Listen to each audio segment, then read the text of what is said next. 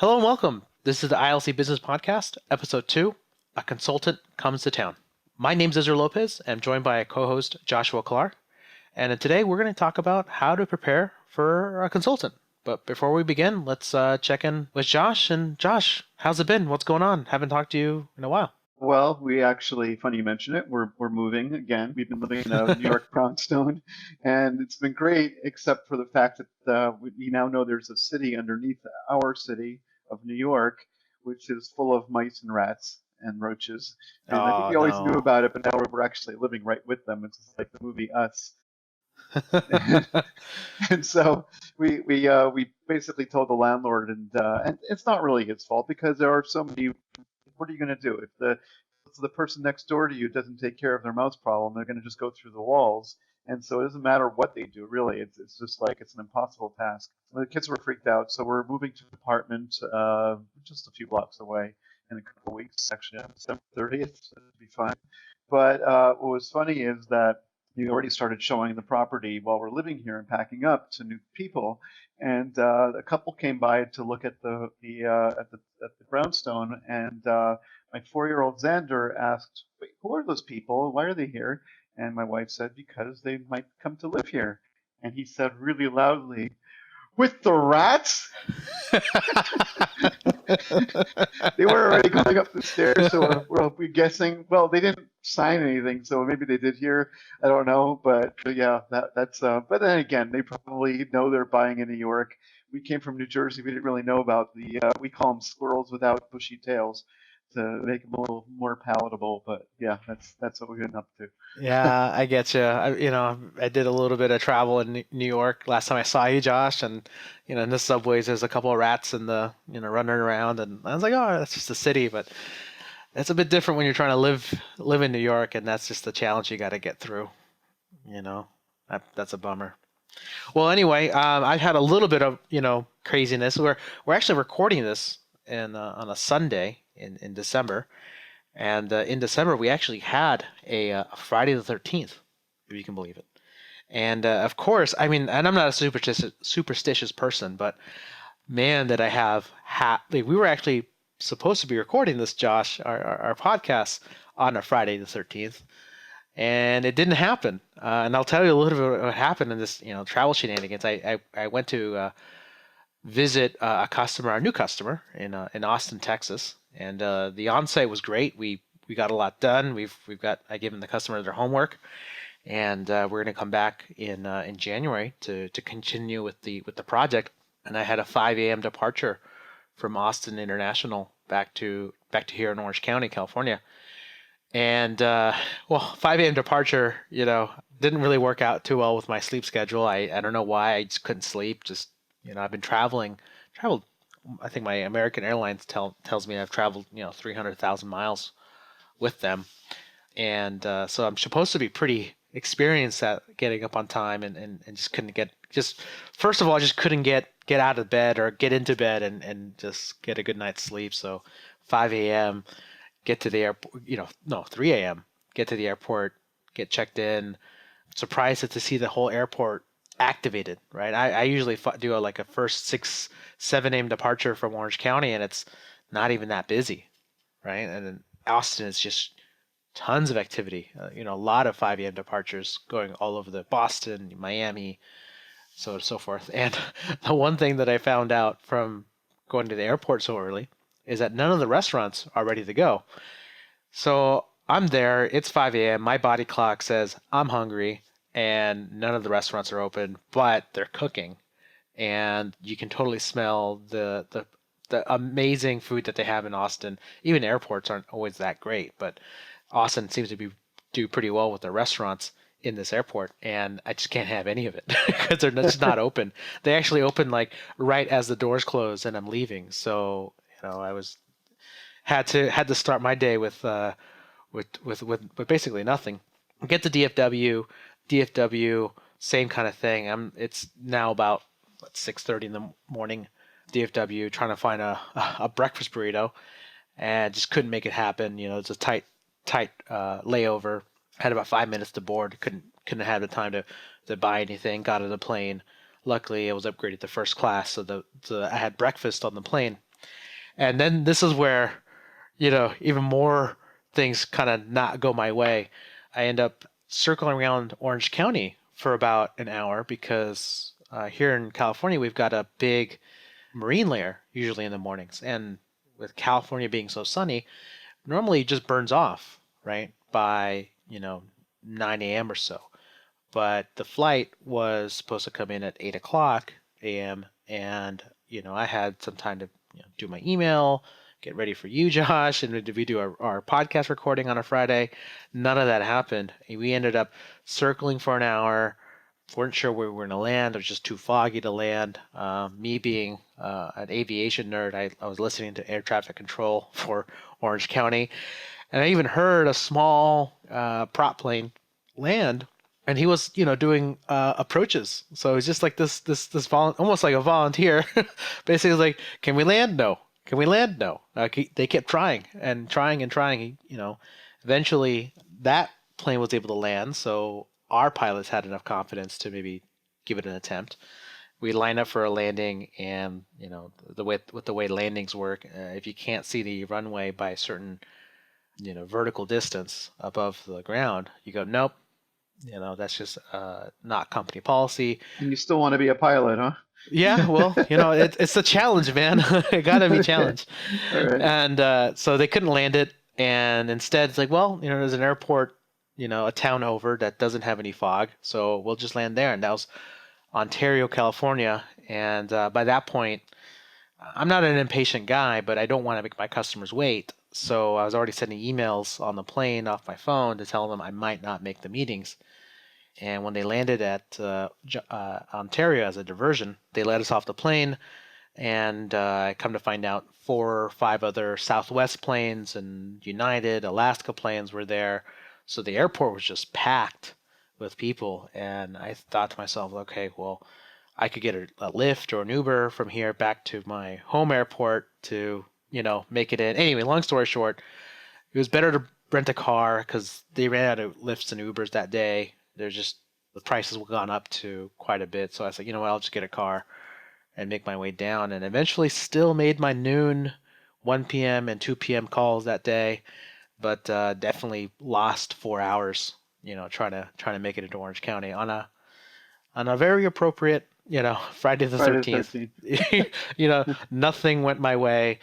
But you got to roll with the punches when you travel. That's kind of the life of a consultant. You just kind of. I could have had a guy with a knife and a mask on your plane, but Did that happen recently, or no, no. some guy? I'm talking about the movie. Oh, Friday. oh That was yeah, just a sorry. Yeah, sorry. That's okay. Yeah, but it's planes are like the public bus nowadays. Everyone's taking a plane somewhere, and you gotta. Things happen. Anybody that did actually have somebody on their plane with a knife and a mask, I'm sorry. I was just referencing a movie. I didn't mean to make a little of Yeah, your experience. sorry about that. We're just joking around. But anyway, let's get onto the show. So we talked about this last show, which we did about half an hour ago, and we talked amongst ourselves, like what's our next topic that we should tackle, and I think both of us were gravitated to what's the best way to prepare for consultant. So, Josh, we put some notes together, and I think we're just gonna get through it and see how we can tell customers what to expect from people like us that show up, in an office.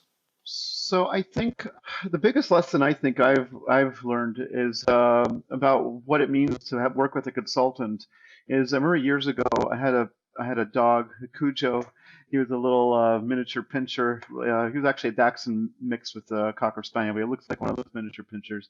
And really cute, but he was not housebroken, and it was driving me crazy. I lived in Arizona, so like the heat and everything was just baking my loft into a really smelly environment. And I went to I think Petco or PetSmart had a program, and when I was there, I expected that within an hour a week they were going to train my dog to stop doing that, and they said no, that's impossible. It takes way more than an hour a week. What we're training is not your dog. We're training you how to train your dog. And that was like a real revelation. Of course, it made me very upset because I thought I would be able to just 6 weeks and 6 hours would be done. But the truth is, what a consultant does is not they're not doing the job for you. We're training you how to do the job. So really, it is a big responsibility on behalf of the company themselves, because you expect you guys to actually be ready to take it on, not just have us come in and do it for you. Because the moment that we finish the consult, you're going to go back to how you were before, without having anybody who knows how to actually do the project.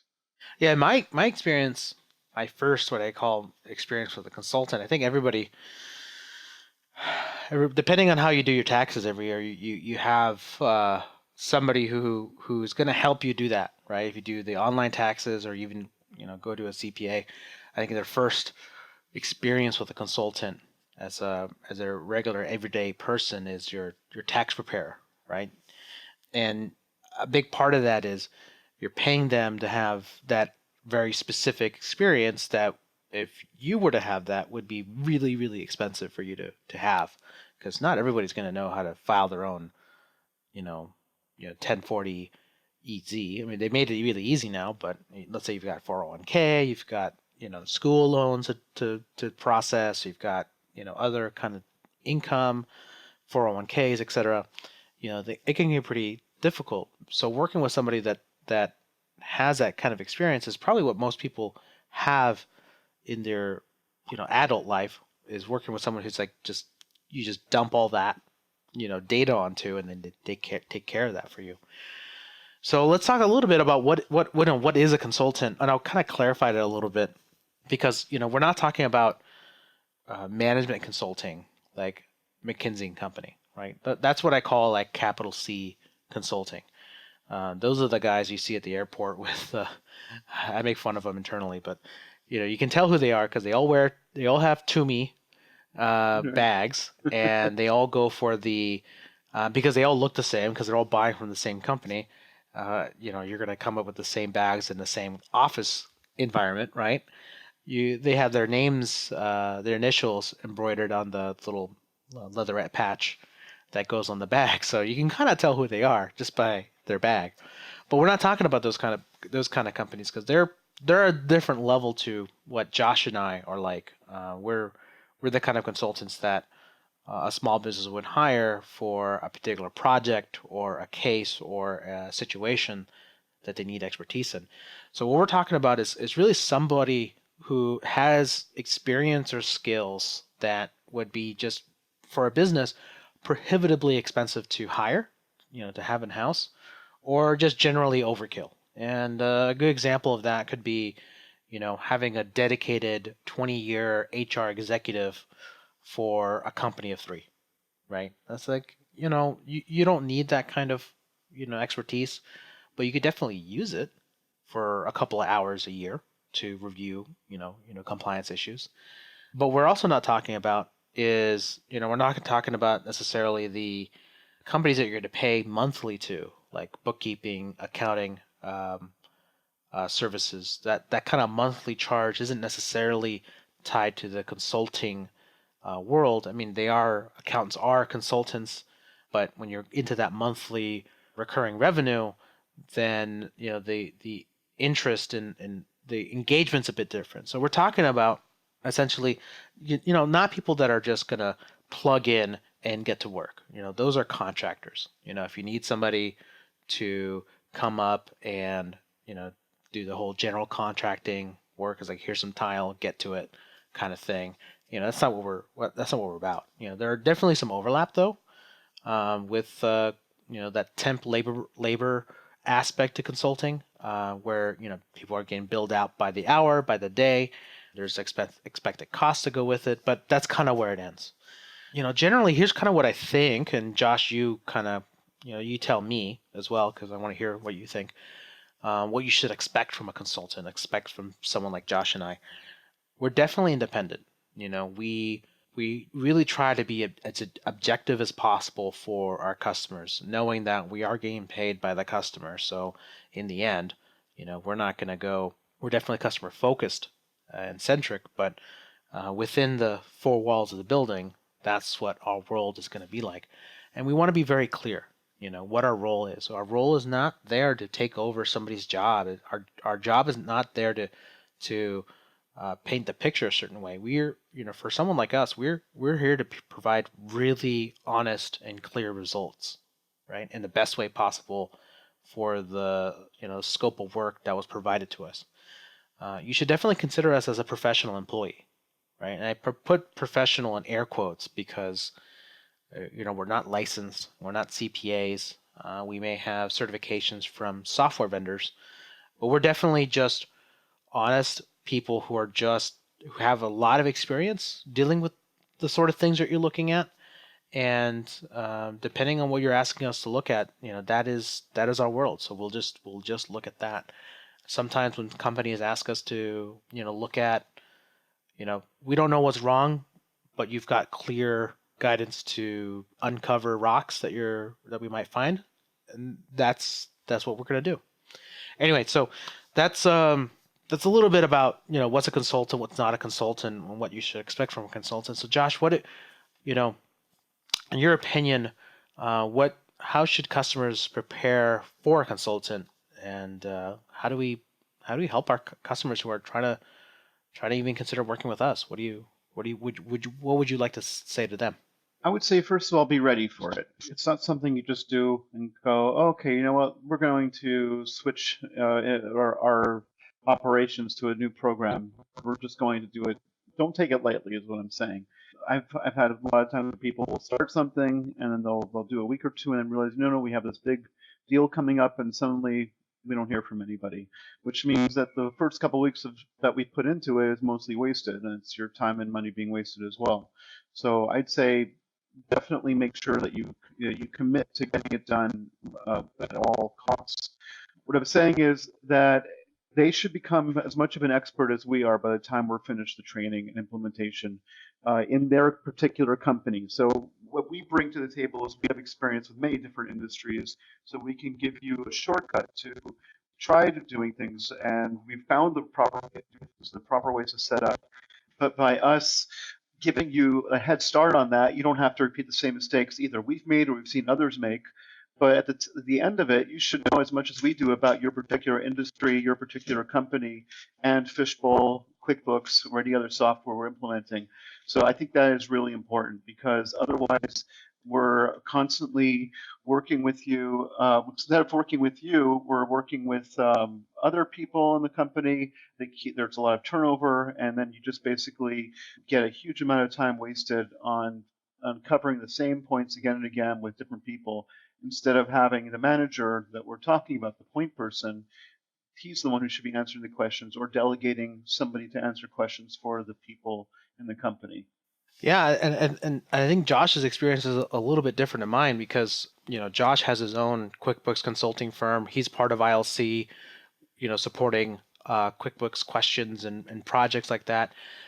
Kind of the projects that I think I have, where they definitely, some customers just, you work with them and then they go silent. You work with them and then you do have the turnover.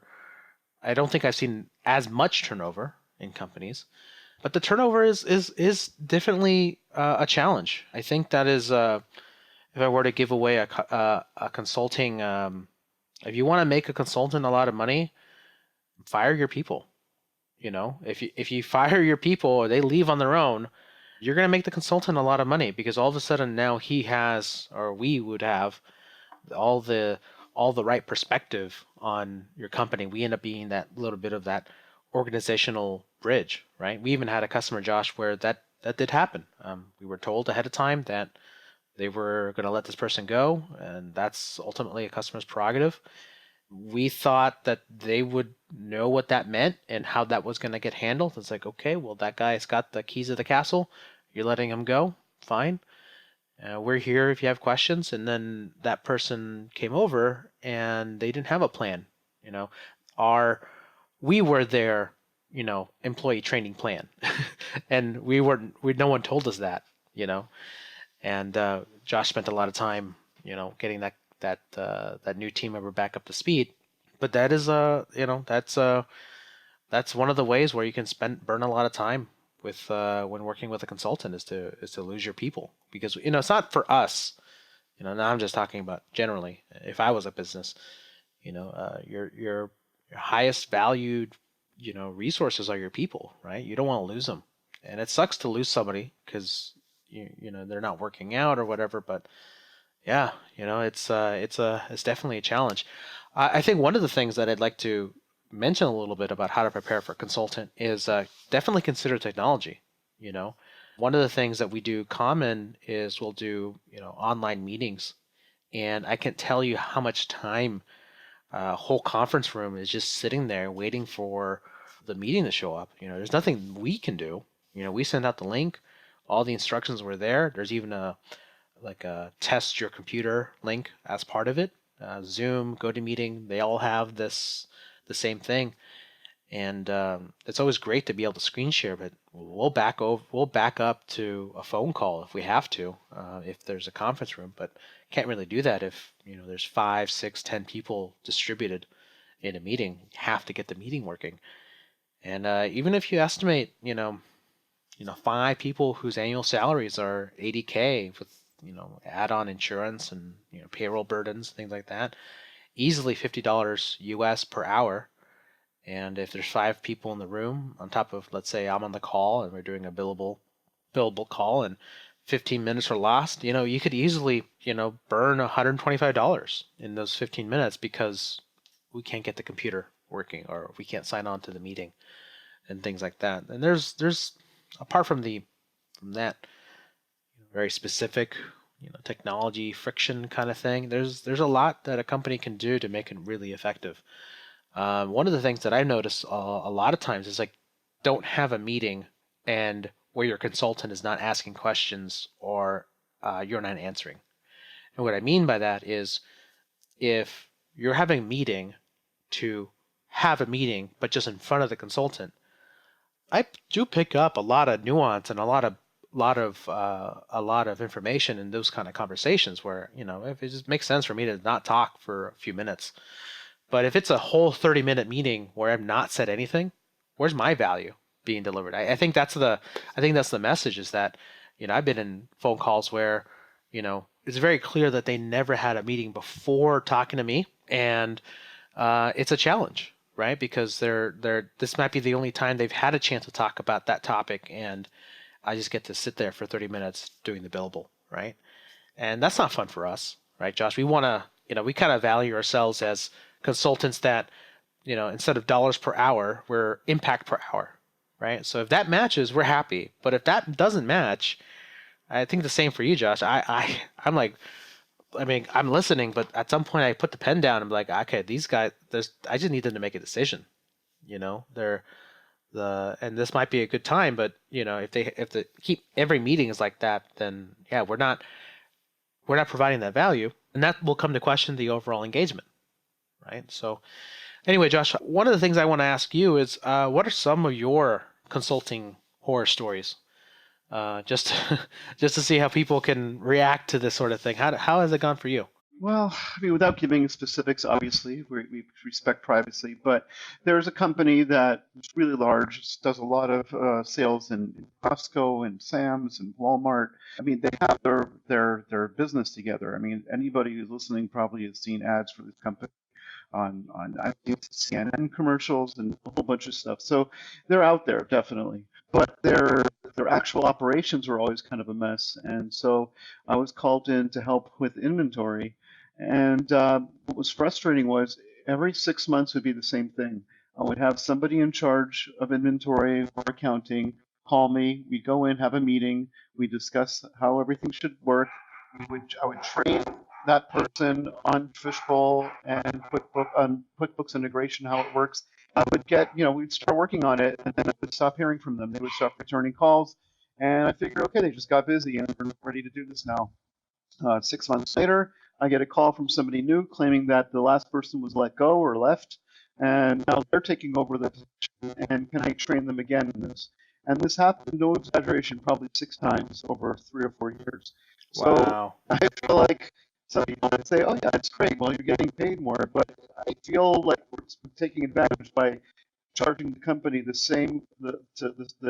6 times to teach them the same exact thing. If there'd only been somebody higher up in the company, or they had a more like a stronger core structure to their company that wouldn't have that turnover, or they made it a point to write down these procedures and that basically plan with this in mind that if this person leaves, is there a way to go work on this? Another thing I saw is there are different departments. It was a fairly large company, and one department would say, I would start talking to them about inventory. They say, oh, no, I'm in accounting. I don't deal with that.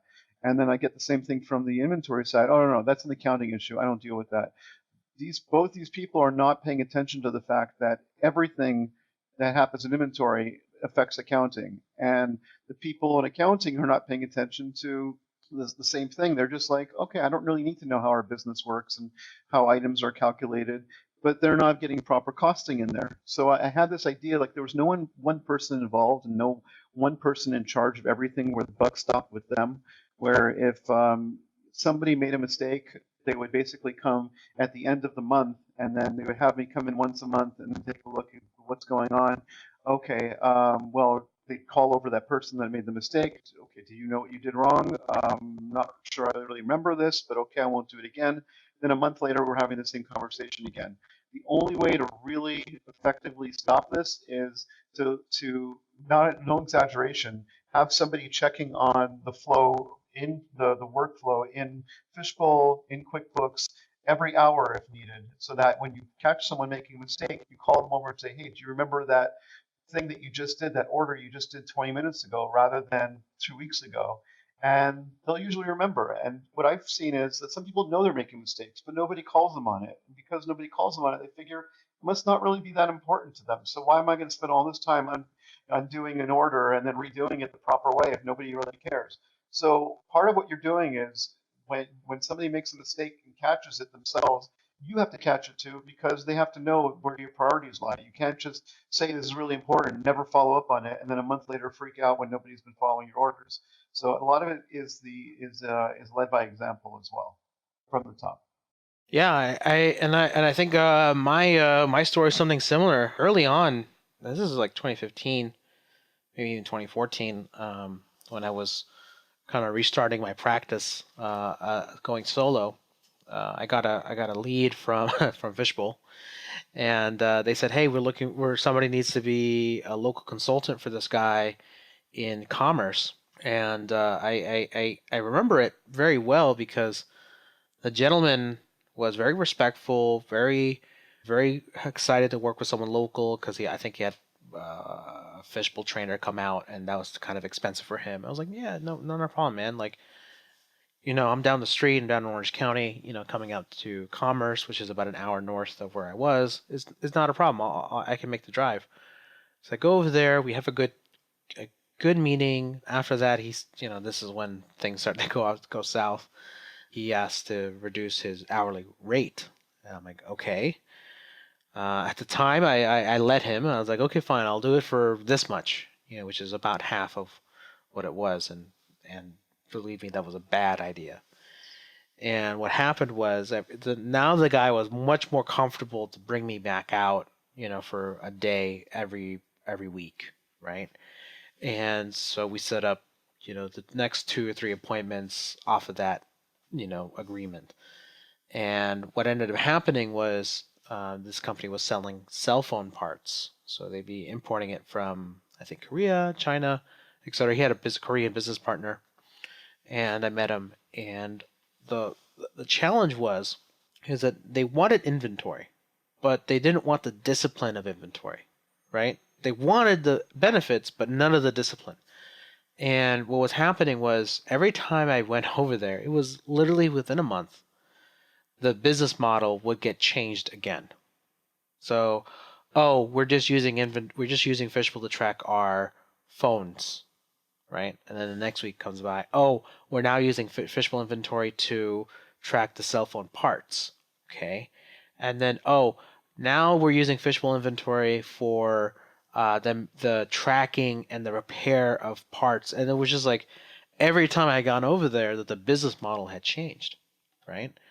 And it went back and forth. It's like, okay, no, delete everything. We're just gonna use inventory for new parts and no repair, right? And it was a mess. Even trying to go live with the guy was a mess because they were just too small. And I'm not to say that small companies aren't good. I have some really outstanding small companies who are really diligent and really effective, and they know that they only get like 3 to 4 million in revenue a year. So every dollar counts to them. So they're really on top of it. But this company, when I asked them, hey, here's the Fishbowl server specifications, go buy a Fishbowl server for your QuickBooks and Fishbowl so that we can get started with user training, because otherwise we're not really going to go anywhere. And the last day I get back there, this is my last this is when I ended up ending the relationship. The guy didn't pay me for that day either. He ended up buying a network attached storage device, which is basically a hard drive plugged into the network, and called that the server. And it was just like, hey, you need a backhoe, and the house owner comes by and says, okay, here's your shovel, kind of thing. And I could tell that this wasn't going anywhere. I was like, you know what, that's it. I'm gonna leave. This is not going anywhere.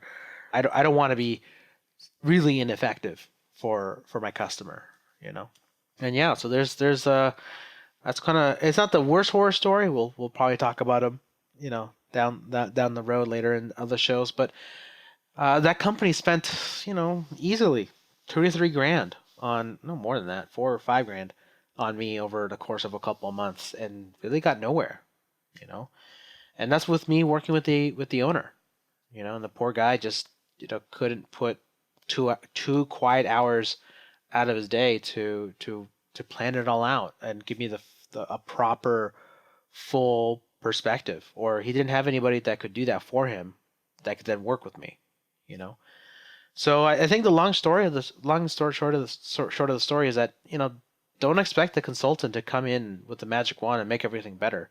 There are moments like that for sure, but those are far and few between. A lot of what happens is us telling a customer, here's your homework. We're going to grade you.